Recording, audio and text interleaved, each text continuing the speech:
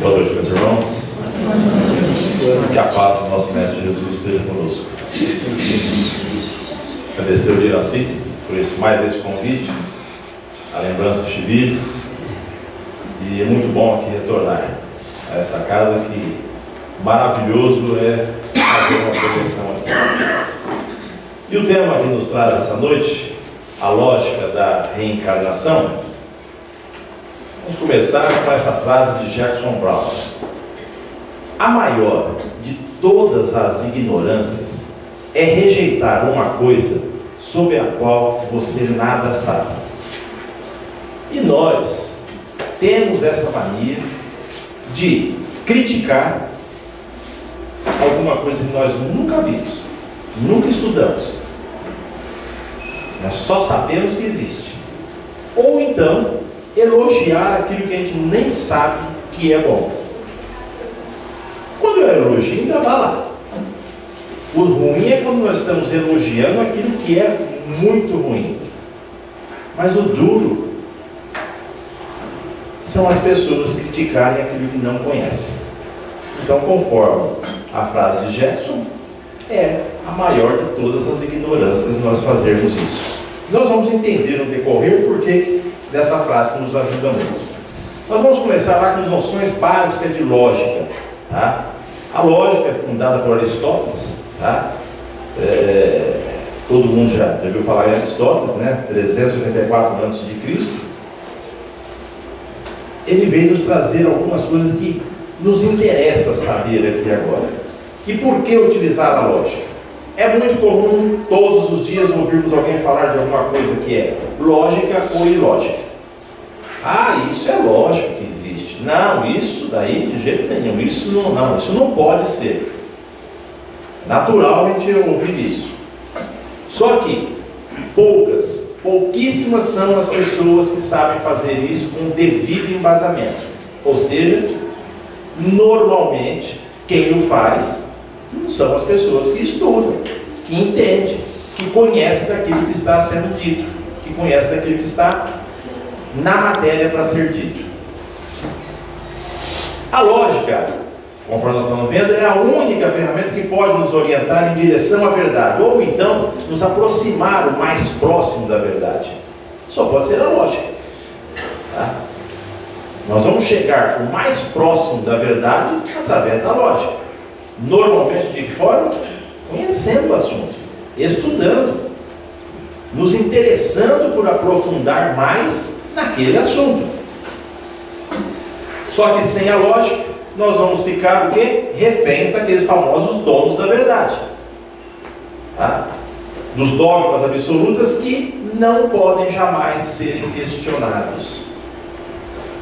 Se nós não estudarmos, se nós não tivermos a lógica para poder entender, nós vamos ficar refém dos donos da verdade, que fala e acabou. Não pode, inclusive, ser questionado, porque é o dono da verdade. Na análise lógica, pergunta-se: alguém aqui por acaso acha que Deus é justo? Será que Deus é justo? A resposta, lógico, nós sabemos: Deus é justo. Todos aqueles que acreditam na existência de um ser criador de todas as coisas admitem que ele é perfeito e possui todas as virtudes. Só um adendo aqui: nós temos sempre que lembrar de não confundir Deus com Jesus, porque nós estamos em 2013 e ainda ouvimos algumas pessoas chamar Deus de Jesus e Jesus de Deus. Tá? São duas coisas completamente diferentes. Jesus, o Espírito da mais alta luz que nós temos ciência que por aqui passou. Deus é o Criador. Só ir lá buscar a pergunta número 1 do Livro dos Espíritos, né? Kardec não perguntou quem é Jesus, e sim, Kardec não perguntou quem é Deus, e sim, o que é Deus. Tá? Grande diferença aí. Seria ilógico, então, imaginar Deus sujeito às nossas imperfeições. Porque se nós sabemos que Ele é justo, soberanamente justo, bom, não dá para comparar Deus conosco. Não tem jeito. Portanto, se Deus é perfeito, é acima de tudo justo. Deus é justo e perfeito. Tá? No dicionário Aurélio, diz que justiça é a virtude de dar a cada um aquilo que é seu. Então, o que é justiça? Nós estamos falando de justiça. Deus é justo, justiça. Justiça é a virtude de dar a cada um aquilo que é seu. Se não for assim, não tem justiça. Então, tudo que nós temos por justiça. E é meu. Aquilo que é meu. Tá? Esqueçam coisa material. Premissa 1. Deus, portanto, é justo. Já chegamos nessa conclusão. Continuando. Seria justo impor um sofrimento a alguém sem que este tenha merecido este sofrimento? Será que é justo alguém sofrer sem merecimento? Sem ter essa condição? Será que é justo? A resposta é claro que não. Tal ação vai de encontro ao próprio conceito que nós vimos agora de justiça. Dar a cada um aquilo que é seu. Se ele está recebendo aquilo, ele está recebendo porque é dele. Não é justo dar um sofrimento para aquela pessoa que não merece. Premissa 2. Não é justo impor um sofrimento a uma pessoa inocente. E bom, chegamos na conclusão de que Deus não pode ser justo e cometer injustiça ao mesmo tempo. Se Deus é justo, justiça é ter aquilo que nós merecemos, aquilo que é nosso. Deus não pode ser justo e cometer injustiça. Agora, se existisse apenas uma vida, então Deus estaria impondo a alguns desde o nascimento sofrimentos terríveis, sem que os mesmos tivessem esse merecimento. Merecimento de sofrer. Bem que nós falamos que sofrer, mas na realidade todas as dores que nós temos é a nossa solução. Todas as dores são soluções que nós temos. O dia que nós conseguimos entender e acordar para isso, nós vamos mudar esse vocabulário, tirar o problema para a solução. Eu não tenho um problema, eu tenho uma solução, porque é assim que nós precisamos para melhorar. Deus estaria assim sendo injusto se desse uma dor para quem não merece. Mas nós sabemos que Deus é justo. Esse menininho aí da foto não é o Henrique, tá? Pode ter certeza, não é. Porque algumas pessoas já nascem defeituosas, doentes e outras não? Por quê? Se Deus é justo, por que Ele deixou e deixa e deixará ainda algumas pessoas já nascerem com determinadas doenças, determinadas deficiências físicas? Por quê?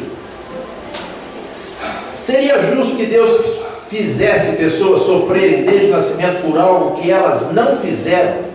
Será que é justo? Ou então, pior ainda, pessoas sofrer porque outras pessoas fizeram alguma coisa? Tipo o pai, a mãe, o avô, a avó e assim por diante? Será que seria justo Deus deixar acontecer isso? Aí pergunta, qual a explicação para as pessoas que nascem defeituosas, paralíticas, doentes, cegas, entre outras tantas, enquanto outras já nascem todas perfeitas, bonitas, saudáveis, com todas as condições? Uns assim e outros não. Qual a explicação para isso? Nessa foto ao lado, nós vemos ali uma menina empurrando a outra na cadeira de roda. E aí pergunta, por que uma delas é perfeita e a outra paralítica de nascença? Inclusive sendo irmãs. Por quê? Por que uma já nasce com uma deficiência física e a outra não? Dentro da mesma casa. Se houvesse apenas uma vida e tivéssemos como objetivo atingir a chamada salvação, talvez ficaria até mais difícil de explicar, né?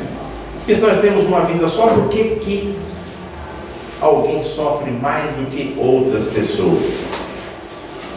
Por que então alguns nascem com mais condições para atingir esse objetivo do que outros? Porque veja, esquecendo o fato de doenças, tem pessoas que nascem com condição muito melhor do que outras pessoas. Condições sociais, condição de localidade. Nós temos diversas coisas que nos traz uma diferença que dá mais condições para uns do que para outros. Uns nascem em famílias estruturadas, que lhes dá educação, bons exemplos de moral cívica, moral cristã, e assim vai encaminhando seus filhos para o caminho melhor, para o caminho melhor. Uns têm a dádiva de já nascer dentro do berço espírita, que eu tenho certeza que todo mundo faz o evangelho em casa, uma vez por semana, pelo menos. Seus filhos estão lá participando desse evangelho, estão aprendendo. Nos estudos que é feito em casa, os filhos estão aprendendo. Eles estão encaminhando já, ou seja, os senhores já estão encaminhando os seus filhos para um caminho melhor, diferenciado de outros. Mas por quê que os senhores estão fazendo isso e tem gente que não sabe nem o que é Deus? Outros já nascem em famílias totalmente desestruturadas, no meio de extrema miséria, e onde não tem nenhum tipo de referencial moral, cristão, de educação nenhuma. Às vezes vítimas, logo cedo, de todas as mazelas possíveis, de todas as maldades possíveis, e de toda a falta de todas as coisas materiais possíveis.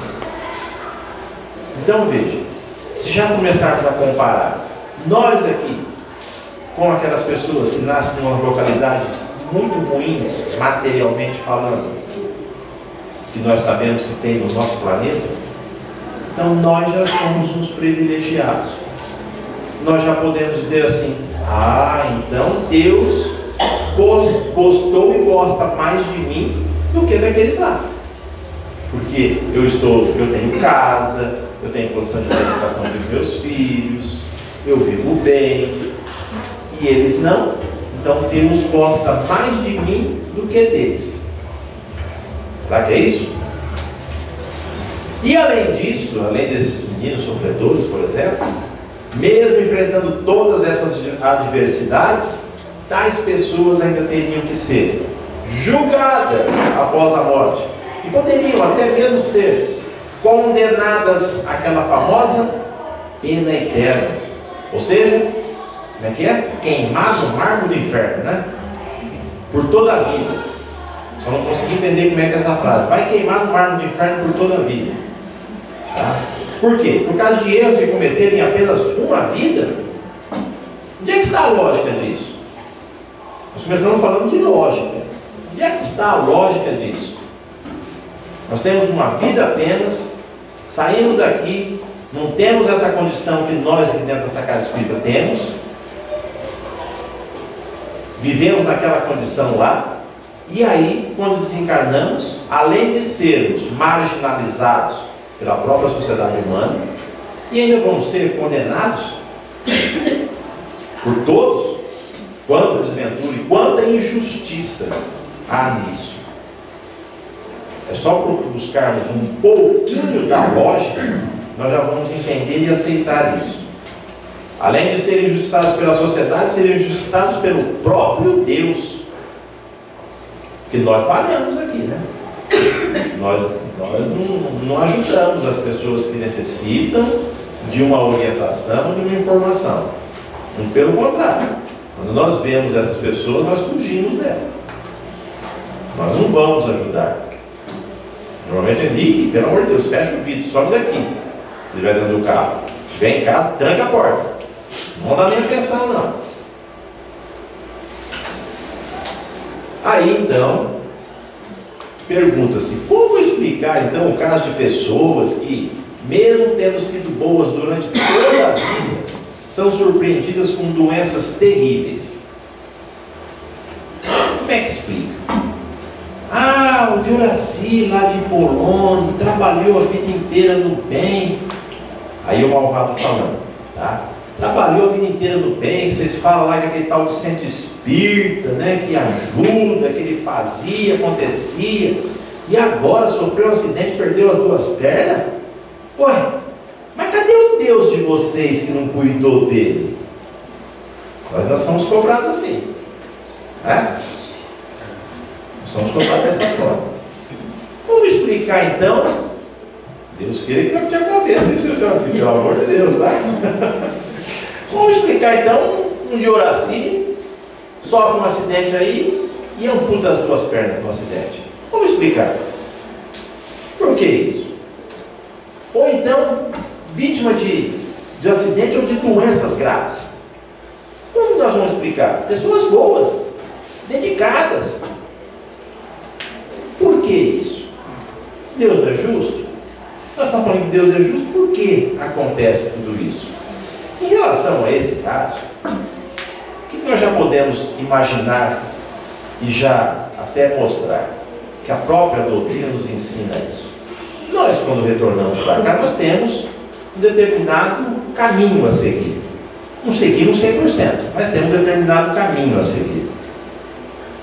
E às vezes, a nossa, como diria minha mãe, a nossa cruz para carregar aqui na terra é muito pesada. Tá? E por que isso? Porque lá atrás nós já aprontamos um monte.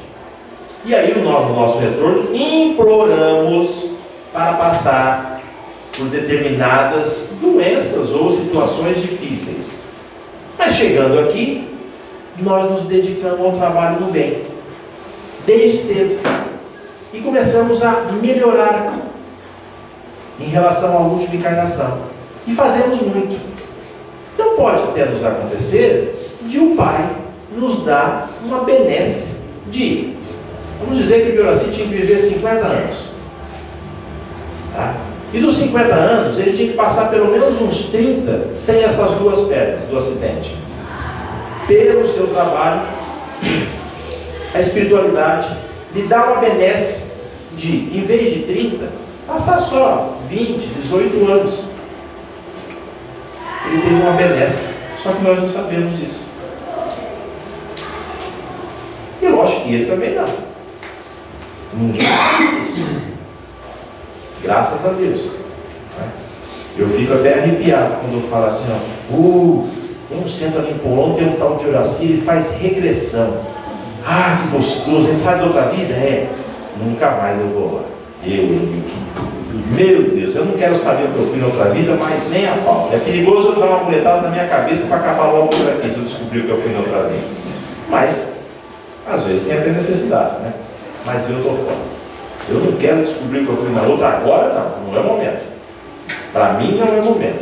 Até porque, no dia que eu desencarnar, no momento certo, vai vir, vamos mostrar.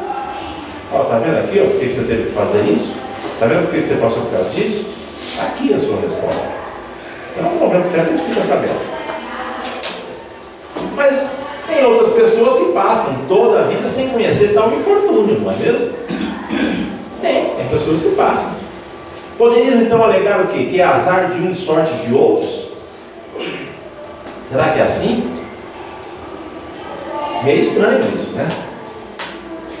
Se nós fôssemos criados no momento do nascimento e não existisse vidas anteriores, então qual seria esse critério que Deus, o Criador, iria usar para escolher quem seria saudável, perfeito, quem seria deficiente, doente, cego, entre outras coisas? Qual seria o critério? Será que seria simplesmente sorte de um e azar de outros? Será que isso é coerente? Será que tem lógica nisso? Não tem. Com todo respeito, não tem. Isso é um absurdo. Eu fazendo essa preleção aqui em Tanabi, uma senhora, quando que eu falei isso, ela falou assim, vai ver que é assim, senhor Henrique. Deus deve definir assim, hoje quem nasce na hora par vai ser doente, deficiente, cego, alguma coisa. Quem nasce na hora ímpar vai ser saudável, bonito, vai morar nos melhores locais. Eu falei, deve ser mais ou menos assim para a gente entender, porque nós não conseguimos ir buscar outros caminhos, só pode ser sorte de um e azar do outro. Não, isso é um absurdo. Agora vamos imaginar cada um dos senhores aqui que tem 2 filhos, preferencialmente 2 filhos, eles são gêmeos, tá? Para poder entender bem. A um desses filhos, os senhores vão dar carinho, educação, roupas, alimentação, vai dar tudo de melhor, tudo de bom. Para um. Para o outro, você não vai dar nada disso. Não vai dar carinho, não vai dar educação. Vai sair para passear e falar assim, você vai ficar preso no berço. Isso já com 3, 4 meses de vida, tá? Vai ficar preso no berço, pode chorar à vontade. Você não vai comigo. Desde criança, sempre assim. Imagine isso. Cada um dos senhores fazendo isso, para quem tem 2 filhos, fica fácil de entender. Fazendo isso com um e o outro só maltratando. Então, é o contrário. Você trata de forma agressiva, impondo todo tipo de sofrimento para essa criança. Carinho que é bom para esse daí, não. Mas para o outro, você está dando tudo. E um pouco mais. Tudo isso sem nenhum motivo que justifique esse tratamento para essa criança. Na verdade, para nenhum dos 2. Porque quando você faz a coisa diferenciada, você tem que ver qual que é o motivo que justifica fazer um e fazer o outro. Não tem nenhum motivo que justifique você tratar mal. Seria justo? Alguém dos senhores aqui que tem um filho, que tem 2 ou tem mais, consegue raciocinar que conseguiria fazer isso? Maltratar muito um e dar muito carinho para o outro? Claro que não. Nós que somos seres humanos encarnados, nós não conseguiríamos fazer isso. Ora, se não é justo que um pai proceda dessa maneira, será mesmo que Deus, sendo infinitamente sábio, justo e soberanamente justo, será que Deus poderia agir dessa forma? Será mesmo? Evidentemente que não. É claro que não. Se nós não vamos conseguir dividir os 2 filhos para maltratar um e tratar o outro bem, por que então que Deus, assim do nada, vai fazer isso? Um sofre e o outro não. Aí pior ainda, outros dizem que sofremos devido ao que os nossos pais ou antepassados fizeram. Ou seja, eu estou aqui sofrendo porque meu pai fez coisa errada, minha mãe cometeu uns infortúnios e eu estou sofrendo por causa disso. Automaticamente, o que eu vou querer fazer? Que os meus filhos sofram por mim, porque eu não quero sofrer mais. Mas eu vou continuar fazendo coisa errada, até porque eu vou poder passar sofrimento para os filhos. Onde é que está a lógica disso? E nós ouvimos isso ainda hoje. E ouvimos mais. Ouvimos que estamos sofrendo por causa do famoso pecado original. Aquele lá do Adão e Eva, todo mundo já sabe. O Adão foi lá ser feliz com a Eva e nós estamos pagando até hoje, né? Com dores e tudo mais. E isso também até hoje se diz. Nós estamos sofrendo porque Adão cometeu o pecado. Meu Deus, onde é que está a lógica disso? Novamente pergunto: teria sentido alguém pagar pelo que outra pessoa fez? Qualquer um que seja. Especialmente os pais. Está mais próximo? Estão mais próximos? Será que é justo isso? Agora imaginemos aquela figura bonitinha ali, né? Mas quando é meu pai, a outra é minha mãe, e eu sou aquele menino bonitinho que está ali no meio, né? Imagine uma pessoa sendo presa porque seu pai cometeu um crime e a polícia não conseguiu prender. Você, meu Tunin Dias, que já desencarnou também, junto com a minha mãe, que desencarnaram, cometeu um crime e aí a polícia chegou para prender o seu Henrique. Não, prendeu o seu Toninho, na realidade. Mas o Toninho, mão de perna, ó, perna para quem te quer. Sobrou o Henricão lá. E a polícia olha para o Henricão e esteja preso. Mas como, seu guarda? Por que eu estou preso? Ué, mas é por quê? Está preso, teu pai cometeu um crime, mas não foi ele. Mas teu pai, mão de perna, correu. Se ele de polícia não consegue correr, pode ser preso mesmo na cara dele. Onde é que está a lógica disso? O filho que é inocente vai ter que pagar pelo crime do pai? Onde é que está a lógica disso? Por que tem que ser assim? Seria Deus assim tão injusto? Mais uma vez a resposta só pode ser não. Deus não vai deixar cometer uma infâmia dessa de jeito nenhum. A resposta lógica está na reencarnação. A resposta lógica vem na reencarnação. Tudo que nós estamos resgatando, a resposta está na reencarnação. Essa doutrina maravilhosa da reencarnação é a única que oferece uma explicação lógica de um conceito muito mais justo. Lógico e justo. Por quê? O que eu estou passando hoje é um reflexo daquilo que eu fiz lá atrás. E todos nós aqui. E nós vamos passar amanhã aquilo que nós estamos fazendo hoje. Não tem outra escapatória para isso. Então, a melhor resposta: a reencarnação. A pluralidade das existências. Nós continuamos vivos sempre. Só trocamos a roupagem. Só isso. Retornaremos aqui com outra roupa. E que é a roupa? O corpo humano. E vamos continuar. Vamos dar prosseguimento. Assim como nós vamos continuar quando desencarnarmos. Eu, com certeza, vou passar por um umbral, sabe? Ficar lá muito tempo no umbral. Depois que melhorar mais um pouquinho, começar a implorar de novo para retornar aqui. Tá? E aí, quando eu conseguir essa condição, para cá retornarei. E aí, vou trocar de roupa. Quem sabe da próxima não precisa vir andando de muleta, né? Quem sabe? Vamos ver se tem essa condição.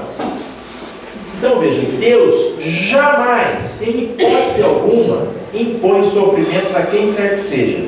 E ninguém sofre sem merecer. Ninguém sofre sem merecer.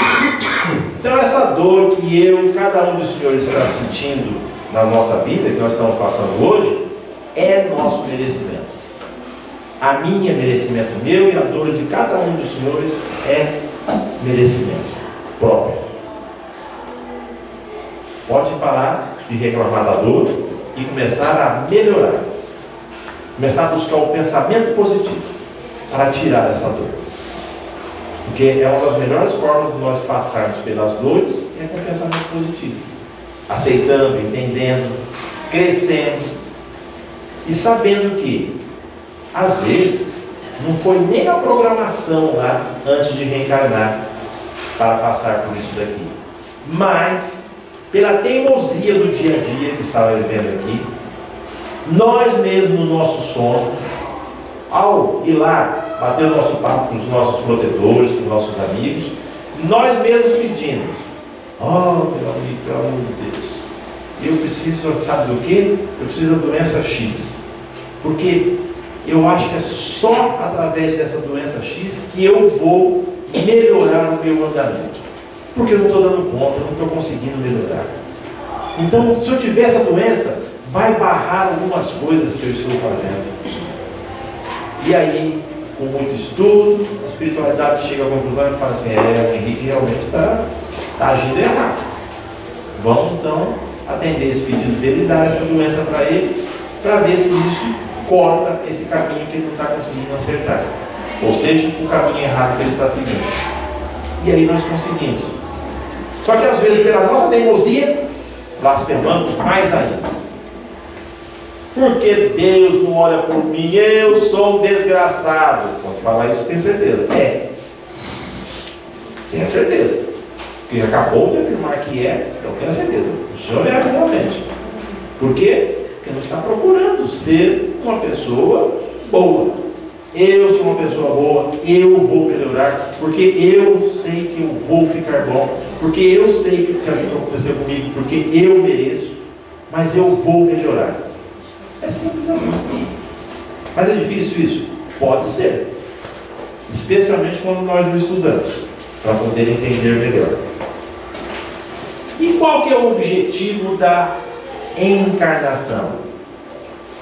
Por que nós reencarnamos? Na pergunta 132 do Livro dos Espíritos, resumidamente, A espiritualidade diz a Kardec que Deus determinou aos espíritos a necessidade de encarnar para alcançar a perfeição. Primeira coisa, para alcançar a perfeição, para chegar na evolução necessária. E também para ajudar na procriação. Ou seja, para nós darmos oportunidade para que mais espíritos possam reencarnar. E inclusive trazer aqueles espíritos que estavam próximos de nós e que tenham um resgate muito próximo conosco. Tá? Aí nós vamos chegar então em 3 leis. Tá? Deus criou leis sábias e justas que regem a harmonia do universo. Dentre essas são 3 leis que Ele nos deixou: a lei de evolução, a lei do livre-arbítrio e a lei de causa e efeito. Essa lei do livre-arbítrio é uma maravilha, né? Quando eu fui para a doutrina espírita, quando falaram para mim assim, você tem um livre-arbítrio para fazer o que você quiser. Jura? Aqui não vai ter ninguém na frente aí batendo na mesa ali, falando que se vocês não fizerem, você vai queimar no barco do inferno. Não. Pode fazer o que você quiser. Mas jura mesmo que eu posso continuar assim, sendo o que eu sou? A vida é sua. Você tem um livre-arbítrio. É a doutrina dos deuses. Achei o que eu queria, acho que nunca mais vou sair dessa doutrina. Realmente, aqui estou. Mas depois do livre-arbítrio tem aquela lei, né? Causa e efeito. Então vamos ver. Lei de evolução. Tudo, sem exceção no universo, caminha para a evolução. Tudo caminha para a evolução. Tá? Seja no mundo mineral, vegetal, animal, espiritual. Tudo caminha para a evolução. Até as coisas materiais. Se nós olharmos, por exemplo, as edificações dos prédios de 1800, de 1500, de 1200, nós vamos ver que hoje eles estão muito mais bonitos.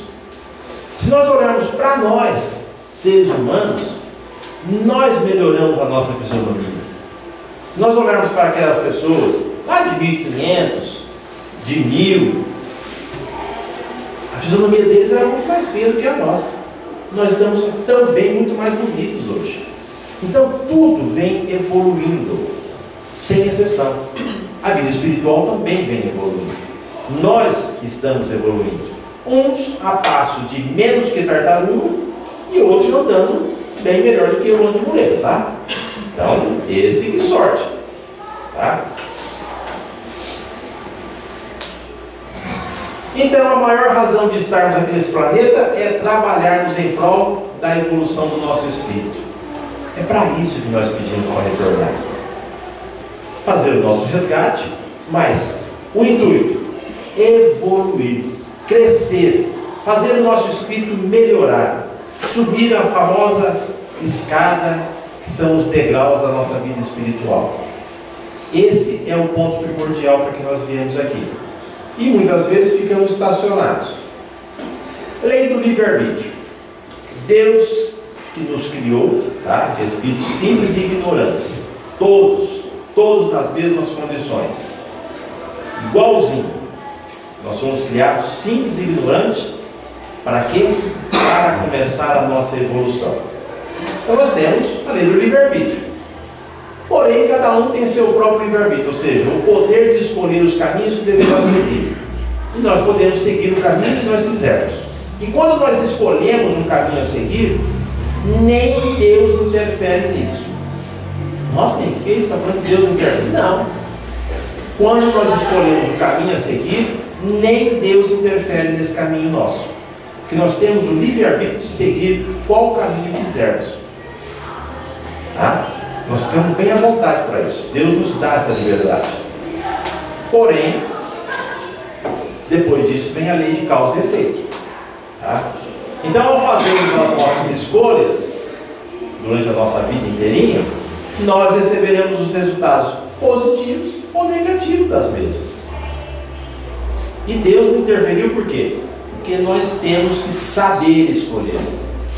Nós temos que ter a condição de escolher o melhor caminho. Até porque, senão qual o mérito que nós teremos depois de ser totalmente teleguiado, marionete? Tá? Aí nós não teremos mérito, nós não vamos crescer. Então, podemos errar? Sim, lógico, nós somos espíritos imperfeitos, podemos errar. Mas o que nós temos que fazer é reconhecer o erro. Eu errei. Eu preciso melhorar agora. Nós temos vícios nas nossas vidas que estão sendo cometidos há milhares de anos.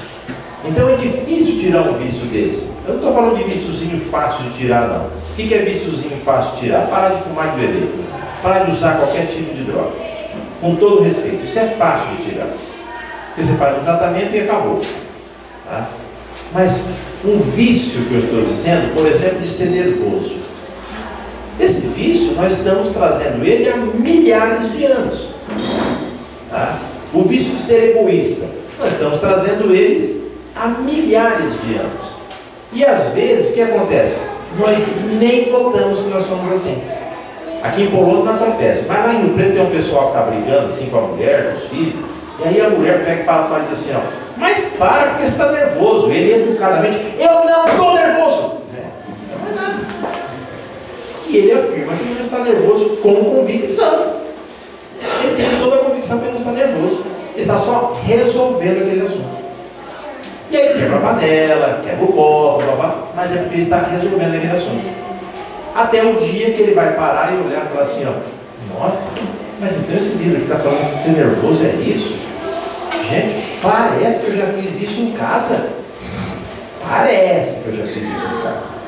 Então, eu era muito nervoso? Não, eu sou nervoso, então não é possível. Ou eu tenho que melhorar. Que bom, graças a Deus, nós estamos notando.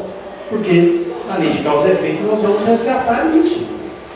Nós já tivemos entendimento, aí nós vamos resgatar.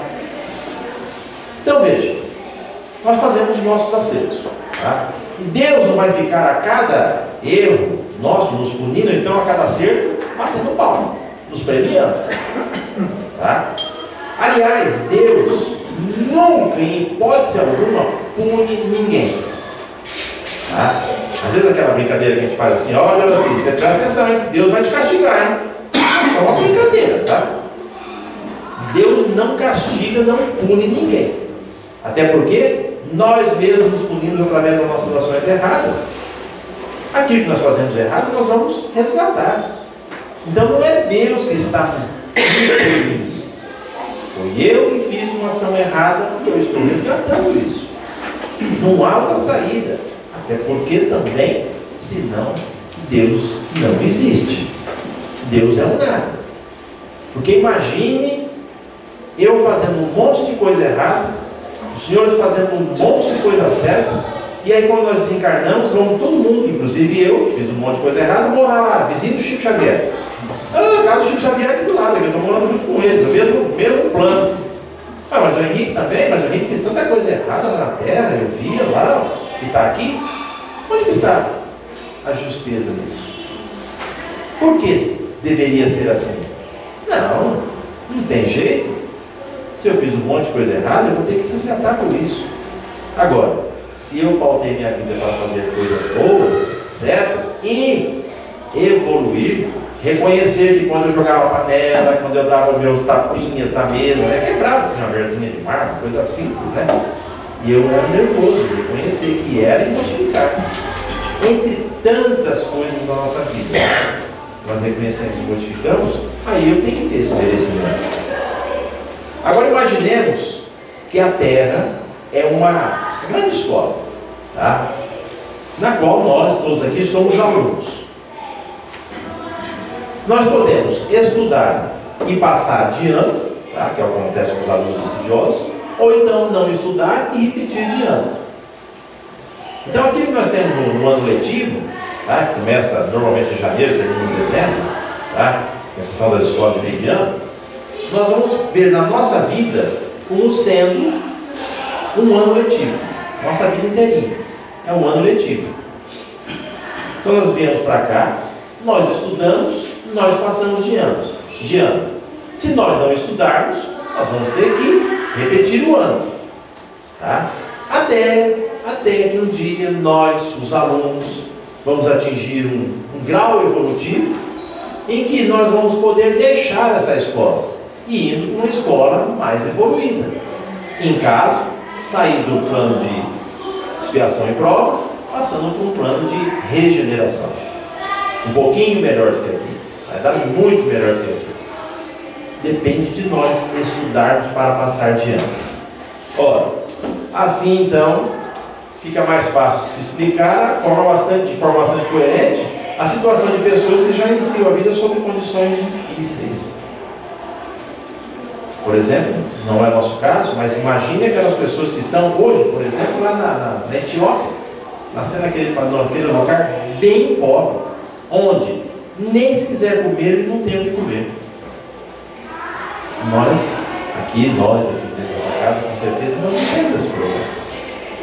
Então, retornando lá no início, a nossa conversa, Deus então não gosta deles? Será que eles nasceram na hora ímpar, né? E nós na hora par? Será que é assim? Não. A reencarnação mostra para nós por que essa diferença. Onde está essa diferença existente? O famoso fogo do inferno não vai existir. Deus, em sua infinita misericórdia, ao invés de nos condenar, tá? Esse famoso fogo do inferno, vai sempre dar uma nova oportunidade. Sempre nós teremos uma nova chance. Então quer dizer que sempre vai ter chance, então eu posso continuar errando? Ué, você tem um livre-arbítrio. Nós temos um livre-arbítrio de acertar e encurtar o nosso tempo para melhorar, ou continuar errando e esticar o nosso tempo para sofrer um pouco mais. Claro que sim. Se Deus não interfere no nosso caminho, nós podemos fazer o que nós quisermos. Isso é a tese do aluno, né? Eu vou estudar e fechar todas as matérias, não preciso nem fazer prova no final de ano, fico livre logo. Ou então, eu vou faltar, eu vou quebrar a carteira, eu vou xingar a professora, não vou estudar na prova, e o ano que vem repete novamente este ano. Nós agimos assim na nossa vida. Gostamos de repetir de ano. E às vezes nós criticamos o aluno que está agindo assim, e nós, como alunos da Terra, estamos agindo dessa maneira. Vivenciamos agora o resultado de tudo aquilo que fomos em vidas passadas. Nós estamos vivenciando o que nós fomos lá. Aliás, nossa vida atual é a grande chance, na verdade, que temos para apagarmos qualquer mal que tenhamos feito, mas vamos ter que reparar esses males. Nós vamos pagar reparando, tá? Nós viemos aqui para pagar as nossas dívidas, os nossos débitos. E com algumas raras exceções, tipo Jesus, espírito muito evoluído, é que reencarnou em missão. Com todo o respeito aos senhores, mas eu posso dizer que nós aqui não reencarnamos em missão, não. Nós encarnamos com expiação e provas realmente. Tá? Esses espíritos, tipo Jesus, utilizam o seu livre-arbítrio para vir aqui sofrerem por nós, passarem dores que não tinha mais necessidade por nós, para trazer algum conforto para nós, para trazer explicações melhores para nós, para trazer luz para nós. Nós estamos aqui na expiação e provas, diferente de um Jesus. Nós, ainda imperfeitos, estamos sujeitos à expiação e vamos colher hoje o que plantamos ontem em outras vidas. Mas nós temos que lembrar de uma coisa que é o mais importante: vamos colher amanhã o que estivermos plantando hoje. Nós temos que lembrar disso. Nós não podemos só ficar naquela assim, ó, eu estou aqui pagando. Mas e o que está comprando? Você vai ter que pagar também. Escolher o caminho do bem, do pensamento positivo, vai resgatar dessa forma. A famosa frase, né? Planta, vento vai colher tempestade, mas se plantar rosas, vai colher flores. É óbvio. Senão Deus não pode nem existir. Isso é mais ou menos lógico, tá? É só nós pararmos para entender e pensar nisso. Até então que nós vamos conseguir atingir um grau de perfeição e pureza espiritual em que não mais precisaremos reencarnar no planeta Terra. Eu já vou contar uma coisa para vocês: vocês melhoram, ou na próxima vida vai ter que vir aqui e ficar escutando eu falar tudo de novo, tá? Quando eu falo isso, eu vou falar assim: nossa senhora, eu tenho que melhorar, mas correndo, porque ouvir o menino falar não é fácil, não. Então, na próxima vida, eu não quero nunca mais voltar aqui. Vou melhorar de hoje, seu menino, pode deixar, tá? É a praga que eu estou dizendo para vocês. Os senhores melhoram, na próxima encarnação vai ter que me ouvir falar de novo, tá? E assim nós vamos continuar e continuaremos a nossa evolução em planos espirituais mais elevados, com mais condições de sofrer muito menos. É para isso que nós viemos aqui, para evoluir, tá? Não tem outro caminho para nós. Esse é o nosso objetivo. Muito obrigado pela atenção dos senhores. Nós que agradecemos.